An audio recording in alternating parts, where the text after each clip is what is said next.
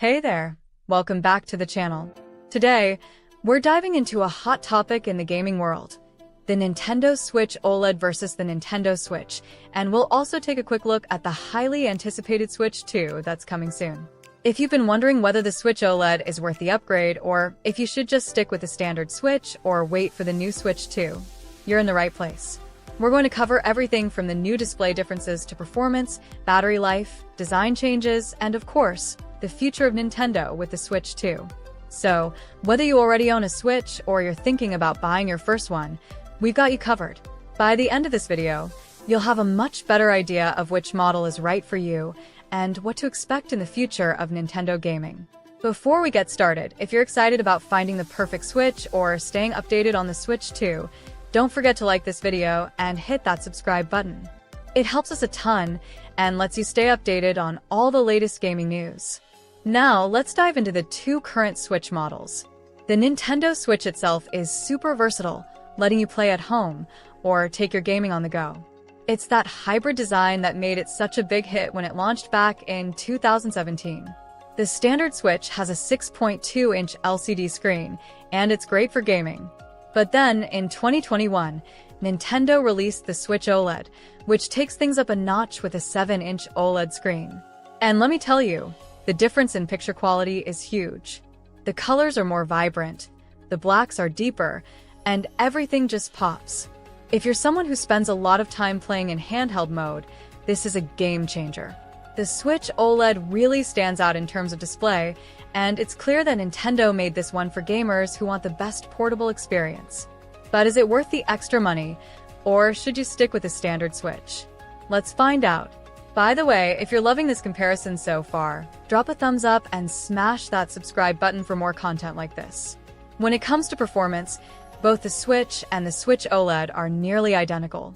Both consoles have the same NVIDIA Tegra X1 chip, which means that when it comes to gameplay, you're not going to see any major difference in how games run. Whether you're playing Zelda, Breath of the Wild, or Super Mario Odyssey, the performance is going to be almost the same. The Switch OLED does have a slight edge when it comes to sound.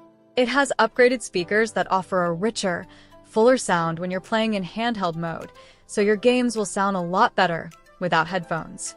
It's not a huge difference, but if you're like me and play games in handheld mode often, you'll notice the improvement.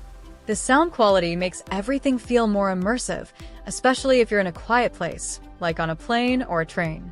Battery life is another area where the Switch OLED offers some noticeable improvements.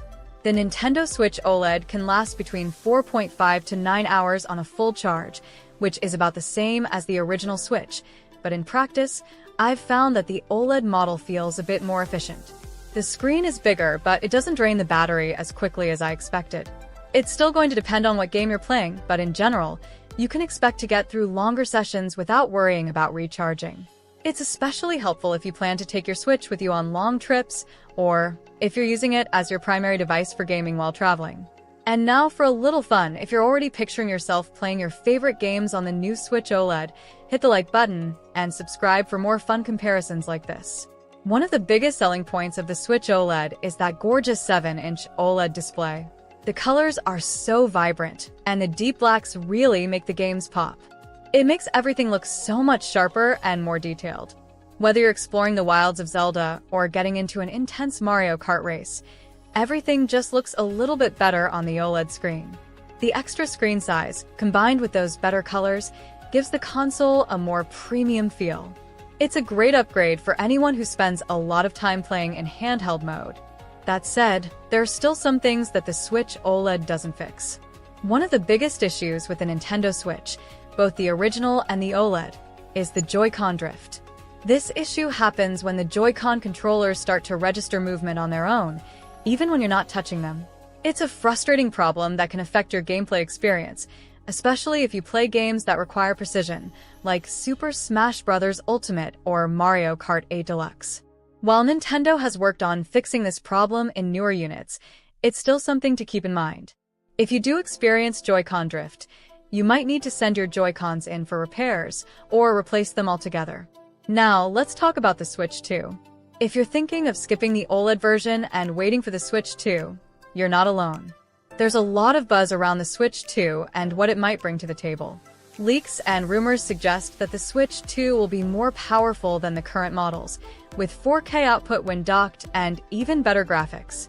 Imagine playing Breath of the Wild 2 or a brand new Super Mario game with next-gen graphics that rival the PlayStation 5 or Xbox Series X. The Switch 2 is rumored to have a stronger processor, which would allow for more demanding games, better performance, and improved visuals. It could truly be the